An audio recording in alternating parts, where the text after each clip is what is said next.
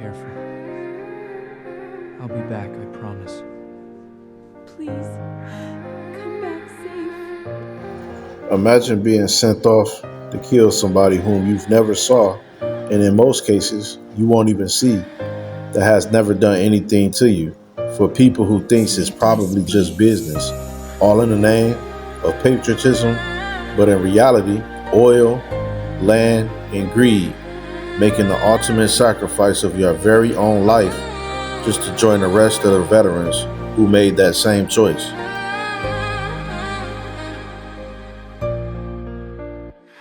Being cramped up like a can of sardines to go make a sacrifice just so life can move on without you. But in that moment, you think it's necessary to risk your own life. The level of indoctrination to go on a suicide mission is crazy. But think about the number of lives lost over the years, all the wars, just to make the ultimate sacrifice.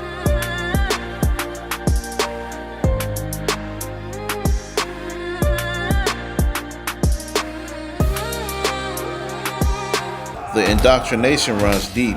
Even back since ancient wars, you were taught sacrifice for your nation, protecting the women and children from any outside threat, even if it meant your own life, in which many, that was exactly the case. But being a soldier was honorable and respected. But now war is big business to take over land, occupy resources and territory, to make the rich richer and the poor poorer. But what about the psychological effects these wars leave on veterans coming home just to face more challenges after experiencing death and murder all around them? She had a carrying something. I didn't know if it was a weapon or what, but it was a woman. You know, I knew it was a woman. I didn't want to shoot a woman, but I was given an order to shoot.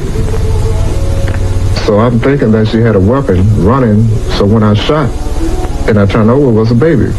You know, shot about 3 or 4 times. And the bullet just went through and shot the baby too. You know. And I turned over and I saw the baby face where it half gone.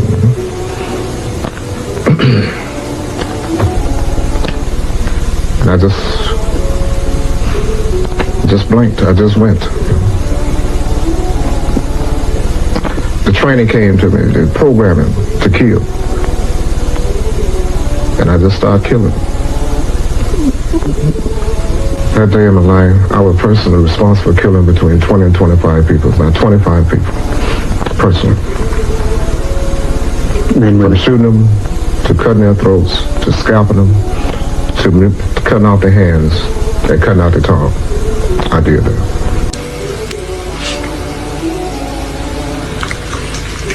My little boy playing in my grandmother's front yard, here in Jackson, at his grandmother's house.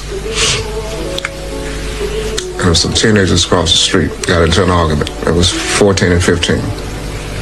And one went home and got a gun. And the other one just ran in the direction where my little boy was playing. And he shot him in the head. I was in the house. And I came out and picked him up. But he was already dead. He was dying. So when I looked at him, his face looked like the same face of the child that I had killed. And I said, this is the punishment for me killing the people that I killed. But I was diagnosed with cancer. I'm raising a family. I can't afford too much, so I need help. I'm not embarrassed to say it. I need help. I didn't want to get out. I wanted to stay in, and I had no choice but to get out.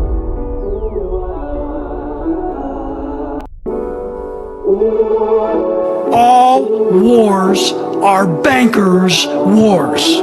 These money changers were the progenitors of the Rothschilds and the corrupt central banks that rule the world. I've said it before, I'll say it again.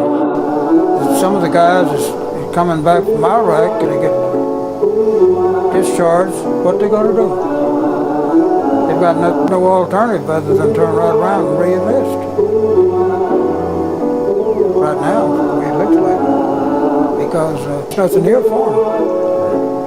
And I think our government has slipped up always a little bit on that. When I come home, September 45. There was work all over the place. People begging, looking for guys to go to steel mills, potteries, everything. There's more work you shake a stick at. So the guy didn't have no problem finding it. He didn't work because he didn't want a job. And that's about the size of it. Now, it ain't that way. You have a hard time finding a job out here now. Ask my kid, he'll tell you. We've let a lot of our factories go off overseas and what have you, and it's high-priced gas. They're shutting down making cars, the big cars. So that's put a lot of people out of work overnight. And that's all they know. And there's no other manufacturing outfit for them to get into. So what them people going to do? They're going to have to draw unemployment as long as they can get it. So imagine being sent off to risk your life, lose time with your family and friends, just to come back to the country you've made the ultimate sacrifice for, just to struggle. And what makes matters worse is some of these people are as young as 18, not even starting their life yet. You're young. How old are you? I'm 22, almost 23. Almost 23. And you are from this area originally? San Fernando Valley, just up over the hill. Fresh out of high school, Robert Rissman signed up to fight for his country. What makes an 18-year-old join the Army? I wanted to go to college and make something of myself, and the Army said they'd pay for it. There's a little bit of a contract. I'm going to serve my country, but then my country's going to serve me. That's kind of what I was hoping for, yeah. Where did it fall apart? It began to fall apart in Iraq. You saw things that I know you don't want to talk about. No, I don't. You probably never want to talk about. No. You see, Robert was in a rapid response unit. He saw action, night after night.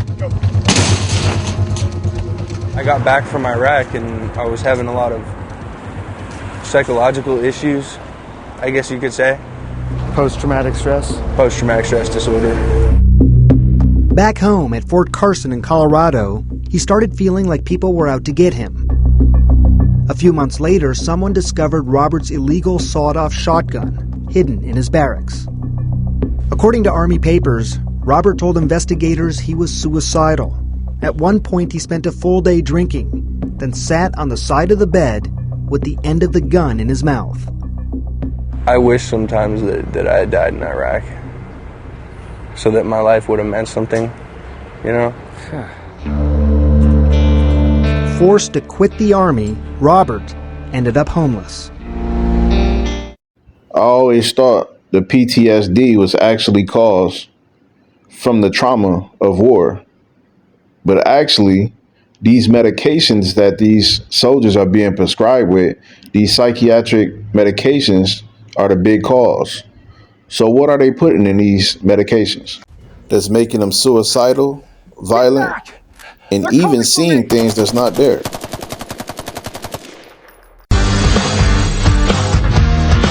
Some really important concerns this Memorial Day weekend about the treatment our soldiers receive when they return from battle. And there's a Fox News investigation into the increased use of powerful psychiatric drugs on our veterans and the impact these drugs are having. Our Douglas Kennedy looked into this as part of our series on drugging the American soldier. Marine Corporal Andrew White survived the war in Iraq in 2005.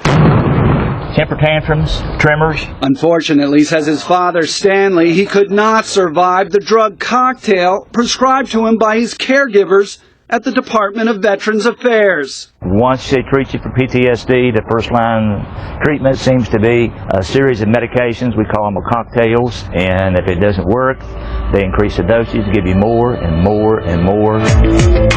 Andrew was prescribed 19 different medications from the VA and was on 5 drugs for insomnia when he accidentally died in his sleep in 2011. A cocktail that included the antidepressant Paxil, the anti-anxiety Klonopin, and the antipsychotic Seroquel. It's inexcusable to be giving our military and our vets multiple psychiatric drugs in cocktails. They do no good, they do huge harm. Peter Bregan is a psychiatrist who says the military and VA's use of psych drug cocktails is verging on criminal. We now know that exposure to multiple drugs over a period of months or years leads to chronicity, it leads to disability. And he says it leads to suicide and accidental death. Still, between 2005 and 2011, the military and VA went on a spending spree with psychoactive medication, increasing prescriptions by a whopping 682%. An increase which this military spokesman defends. What might be appropriate, in addition to giving an antidepressant drug, to give a medicine that helps with the anxiety for a little while. And then when the anxiety goes away but the depression hasn't still quite remitted, you may want to think about using another medication. The military says the use of drug cocktails is safe if used as prescribed. What do you say? I do not agree. There's no research available that we know of that says that multiple drugs are safe.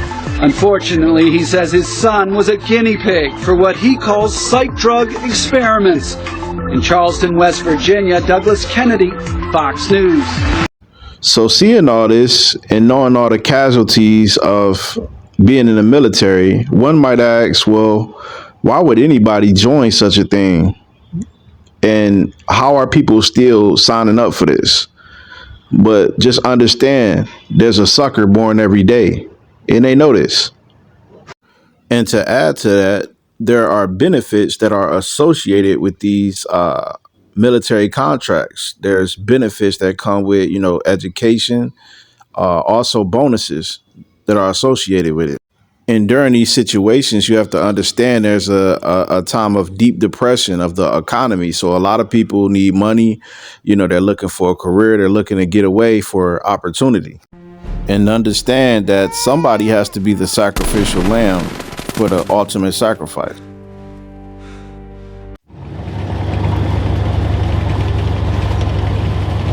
Designate tank!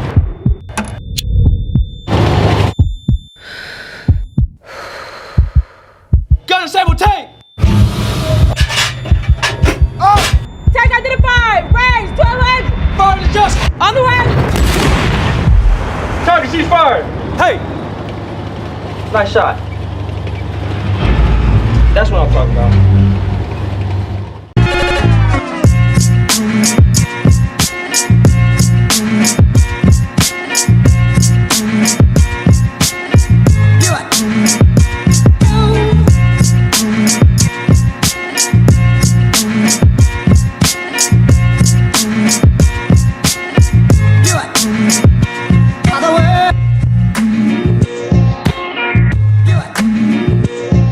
So we're doing a table setup, and normally sometimes we come over here, the kids they over here, they come talk to us, they ask us questions about the U.S. Army, and we try to answer as best we can. But yeah, that's what we're working with. Hopefully you like the video so far, and then the intro. But we're trying to do the best we can to get everything set up. We'll see you in a little bit. My name is Siren Curry. As he said before, I'm a 74 Delta chemical specialist. So these guys are trying to recruit your children, your sons and your daughters, to convince them to go off to be the ultimate sacrifice by trying to convince them to join the military. And mind you, they try to stray away from letting them know what the casualties usually are. They'll tell you, hey, there's a possibility, but it's slim to none. But what about the PTSD? What about the unemployment? What about coming home being an amputee and being depressed out of your mind and being medicated to the point of depression? And I'm sure 9 times out of 10 that these children are from middle-class parents or, low-income parents. All the rich people, they're not sending their children off to war, or the ish community, if you know what I mean. So these are a selected few of people that's going off to be the ultimate sacrifice for these rich politicians, in the elites. But now this generation is starting to wake up. They're not trying to sign up to be the ultimate sacrifice anymore. They just want to live life. But guess what? they got something for that too. Let's start talking about the possibility of the U.S. draft coming back. So the U.S. military will automatically register eligible men for the selective service draft system a bit later this year.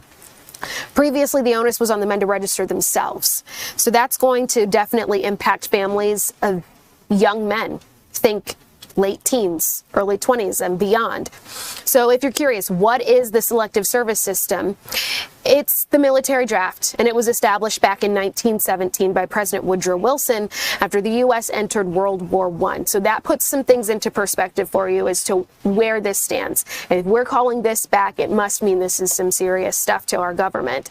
Under federal law, most men between 18 and 25 are required to register with the selective service system in case Congress and the president authorize a military draft. So right now, though, they have to self-register within 30 days of their 18th birthday, but they're allowed to register late without penalty until they turn 26. So that's been the sort of workaround here, if you think about it that way. Failure to register is considered a crime that could disqualify you from student loans, most federal jobs, and U.S. citizenship for immigrants, Stars and Stripes reports. So when you think of the phrase draft dodger, it comes from this.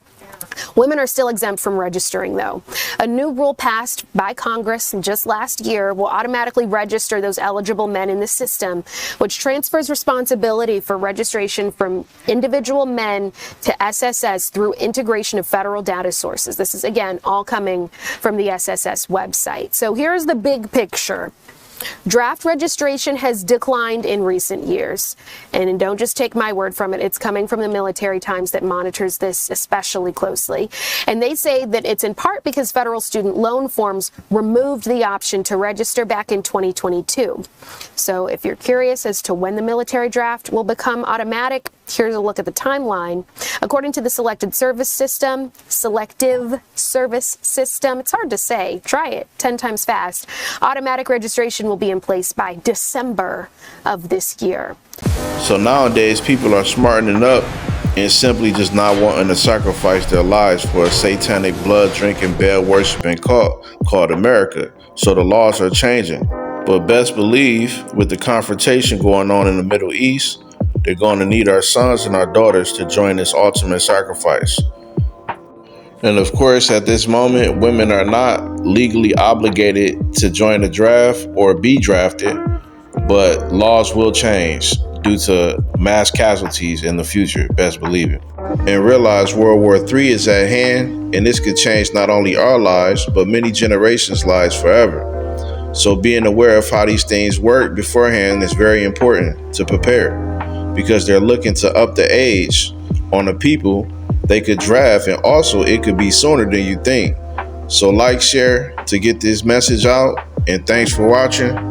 Peace. All right, people, you know what's at stake. This is no exercise. Copy, sir. Carrier group reports ready. Awaiting green light. Fuel convoys are rolling now. Wheels up in 10. Let's bring everyone home.